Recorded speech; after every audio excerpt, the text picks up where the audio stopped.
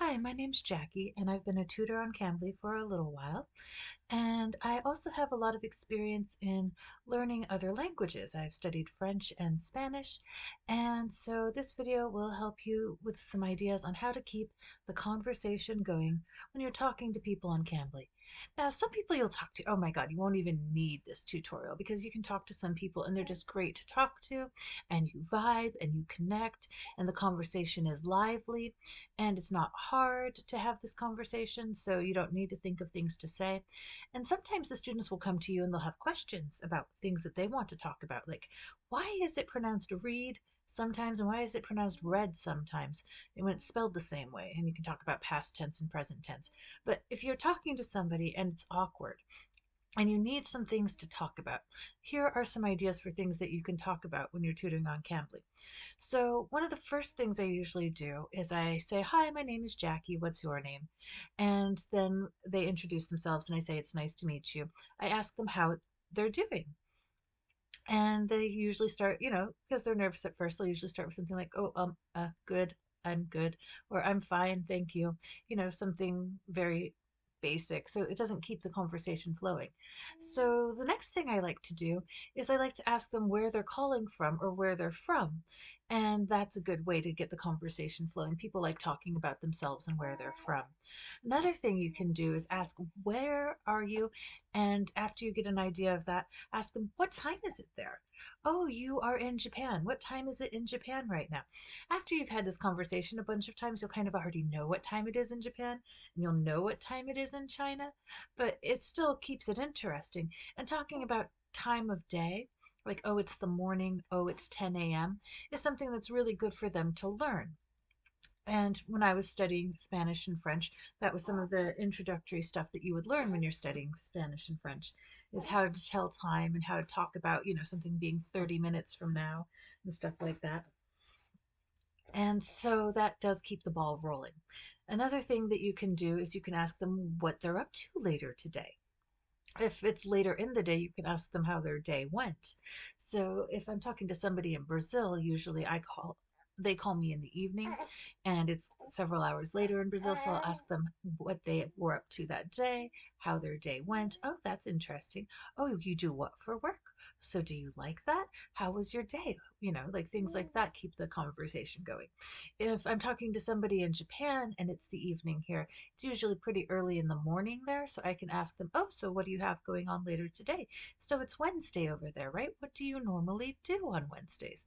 And talking about their day is a really good way to practice English. And so while we're having these conversations, one thing I will do is if they say something and it doesn't make sense or I can't understand them, I'll say something like, "I'm sorry, I didn't quite hear you. Could you say that again?" And they'll say it again, and hopefully by the second time, I can understand them because then it's not too awkward. If it's badly pronounced or they're saying it wrong, I'll just say, "Oh, you're saying that you like to go to the beach on Tuesdays."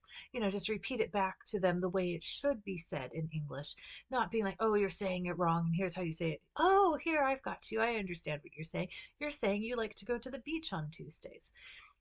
If you repeat it back to them properly and you say it a couple of times in a really positive and friendly and helpful way, it'll help them learn and it will help you have a conversation with them because they'll warm up to making mistakes with you, knowing that you can correct them without being a jerk about it, to put it nicely.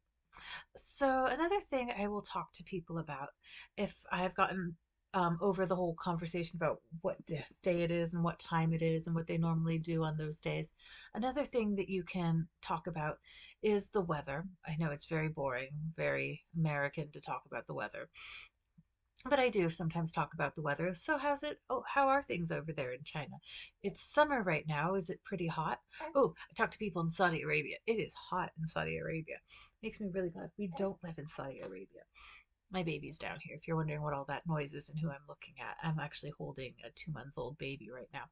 But I'm not holding them during my tutoring sessions on Cambly. But I will talk to people about their families. If they ask me about having kids, I tell them about my kids and I ask them if they have any kids, or if they're younger, you usually know that they don't have kids. I talk to a lot of students that are in their late teens and 20s.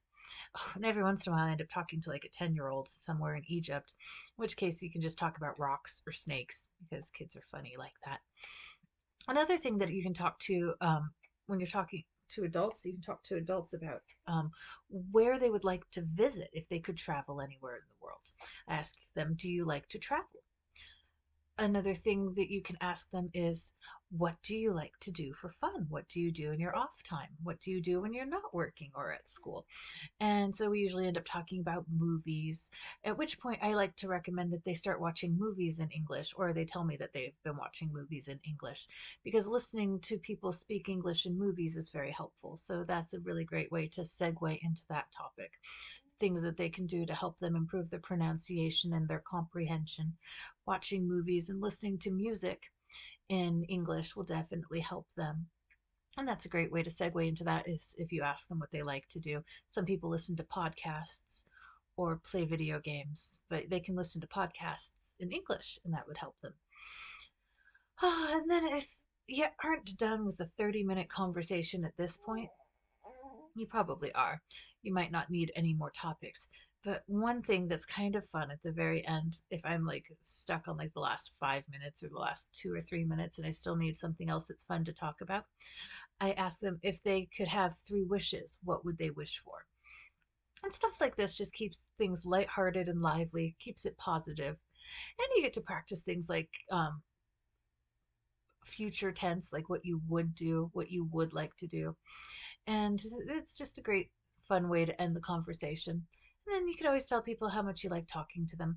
At the end, Cambly recommends that you bring up the topic of scheduling regular tutoring appointments, and they have a lot of tutorials on that. I myself have never actually scheduled any regular tutoring appointments because my favorite thing about Cambly is the flexibility of my schedule and not having any commitments. But if you're looking to fill up your schedule and make more money and book more hours and have consistent regular students, that would be a really good time to bring up the opportunity of having them as a regular student if they were interested in meeting again, what your availability is on Cambly. Well, if you have any questions or if you have any suggestions, even, oh, if you have ideas about stuff that I didn't include that would be great to talk about, feel free to comment in the comment section below. And if you ask any questions, I'm sure I'll answer them. If you liked my video, feel free to like my video. And if you really want to help me out, please subscribe to my channel because I could really, really use the help. All right, well, wishing you all the best. Take care. Bye.